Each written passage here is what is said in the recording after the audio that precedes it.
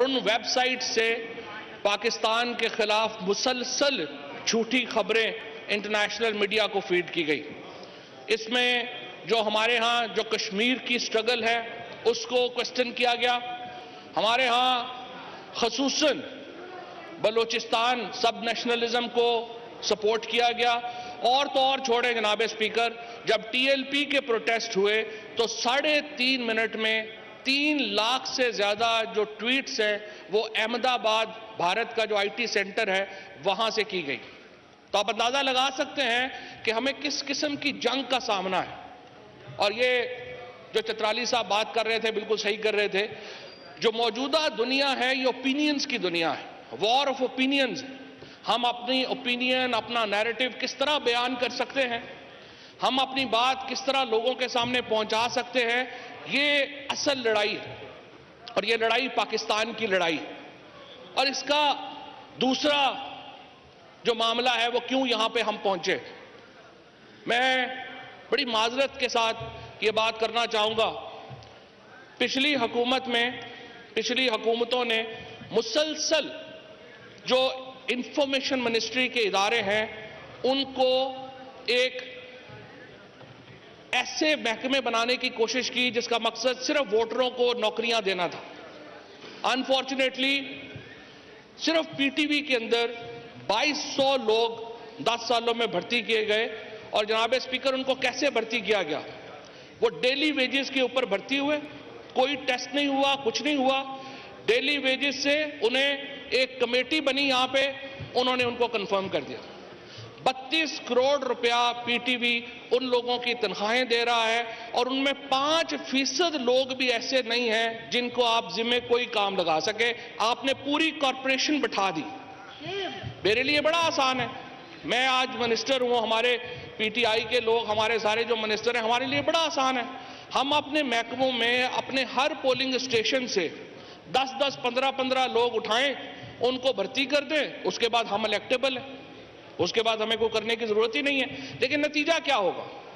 نتیجہ یہ ہوگا آپ کی اے پی پی پوری بیٹھ گئی، آپ کی پی ٹی وی کارپوریشن آپ نے پوری بٹھا دی، آپ نے اپنی ریلوے کو پورا بیڑا غرق کر دیا، آپ نے پی آئی اے کو بٹھا دیا، آپ نے اسٹیل مل کو بٹھا دیا. اور آج عمران خان کی حکومت کو ہر ادارے کی بنیاد سے اس کی عمارت کھڑی کرنی پڑ رہی ہے. جناب اسپیکر، یہ ہے وہ لیگیسی جو انفارچونیٹلی ہم نے انہیرٹ کی ہے. اور اس میں کوئی شبہ ہی نہیں ہے کہ ہمیں اپنے اداروں کی بنیادوں کو مضبوط کرنے کی ضرورت ہے. اور میں بڑا شکر گزار ہوں جناب فائنانس منسٹر صاحب کا کہ انہوں نے اس بجٹ میں یہ کوشش کی ہے کہ ہم اس وار کی طرف آگے بڑھے. انفارمیشن منسٹری کو بدقسمتی سے جناب اسپیکر پچھلی حکومتوں نے مسلسل صرف رولنگ پارٹی کا ایک سپوکس پرسن بنا دیا. ہم نے اس کا جو درجہ ہے اس کو رولنگ پارٹی کے سپوکس پرسن کے بجائے سٹیٹ کے سپوکس پرسن کے طور کے اوپر ہم اس کو آگے لے کے جا رہے ہیں. ہم اس کو ایلیویٹ کر رہے ہیں. تو ہم کیا کر رہے ہیں؟ ہم اداروں کو سٹرینتھن کر رہے ہیں. انشاءاللہ تعالی اگست میں 14 اگست کو چونکہ محرم شروع ہو رہا ہے، ہمارا خیال تھا 14 اگست کو کریں گے، لیکن اب انشاءاللہ تعالی اگست کے پہلے ہفتے میں جناب اسپیکر ہمارا پی ٹی وی مکمل ایچ ڈی ہو جائے گا اور پہلی بار پاکستان کے لوگ پی ٹی وی کو ایچ ڈی کے اوپر دیکھ سکیں گے. اس کے ساتھ اے پی پی ایسوسی ایٹڈ پریس آف پاکستان جناب اسپیکر، اس کو ہم ایک مکمل اے ایف پی اور رائٹرز کی سطح کے اوپر لے جا رہے ہیں. اس کو ہم digital media news agency create کریں گے اور ایک ورلڈ کلاس نیوز ایجنسی انشاءاللہ اگست میں اپنا کام شروع کرے گی. تیسرا بڑا ریفارم آپ کے سامنے انشاءاللہ ریڈیو پاکستان کی پروگرامنگ کی صورت میں آئے گا، جہاں پہ آپ دیکھیں گے کہ ریڈیو پاکستان کو مکمل طور کے اوپر ہم ڈیجیٹلائز کر رہے ہیں اور انشاءاللہ اگست کے مہینے میں ریڈیو پاکستان کی نئی جو پروگرامنگ ہے وہ بھی آپ کے سامنے آئے گی. جناب اسپیکر، یہاں پر جو کچھ اور اہم باتیں ہوئیں ان میں ایک سب سے اہم بات یہ کی گئی کہ ہمارے ہاں جرنلسٹ کی جو سیفٹی ہے اس کو خطرہ. یہ ایک مسلسل ایک انٹرنیشنل پروپیگنڈا کو سہارا دیا جا رہا ہے یہاں کے کچھ ایلیمنٹس کی طرف سے. میں وارن کرنا چاہتا ہوں اپوزیشن کو، ان کی جو کرٹیسزم ہے وہ نیک نیتی کے اوپر مبنی ہوگا.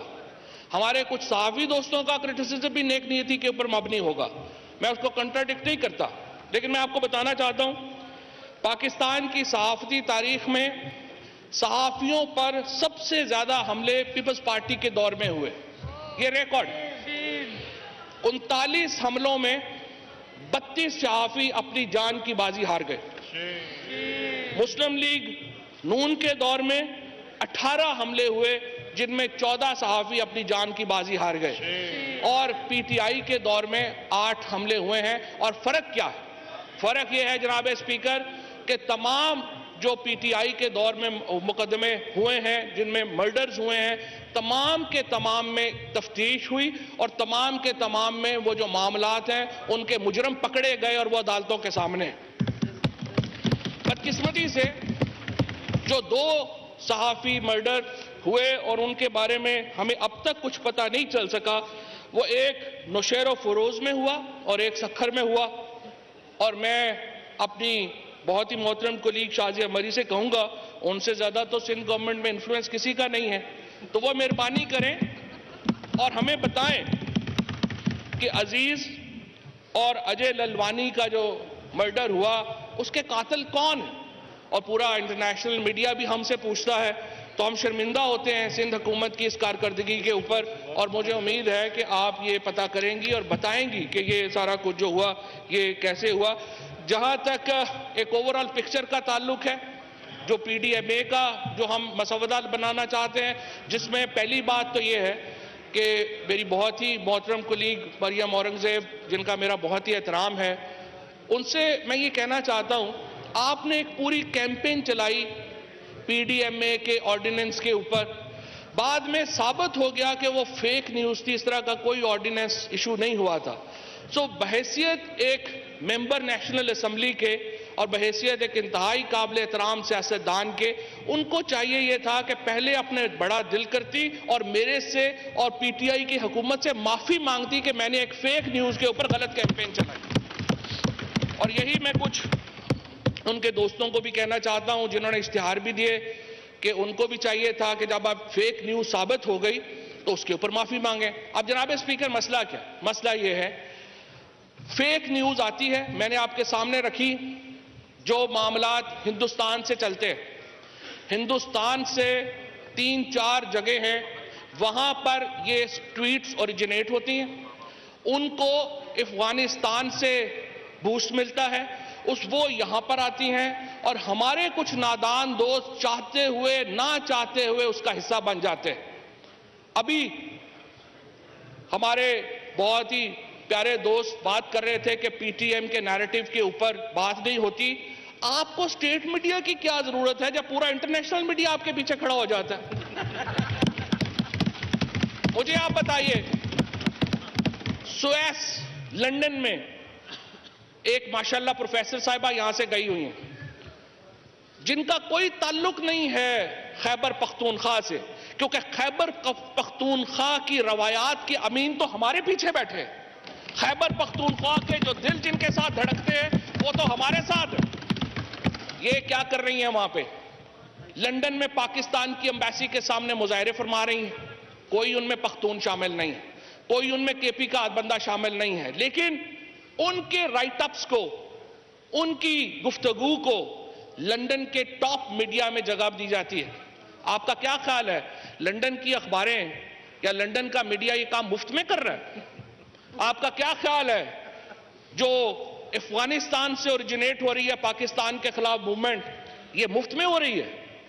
یا امریکہ کے اخبارات میں جب پاکستان کے کچھ لوگوں کے فریڈم آف ایکسپریشن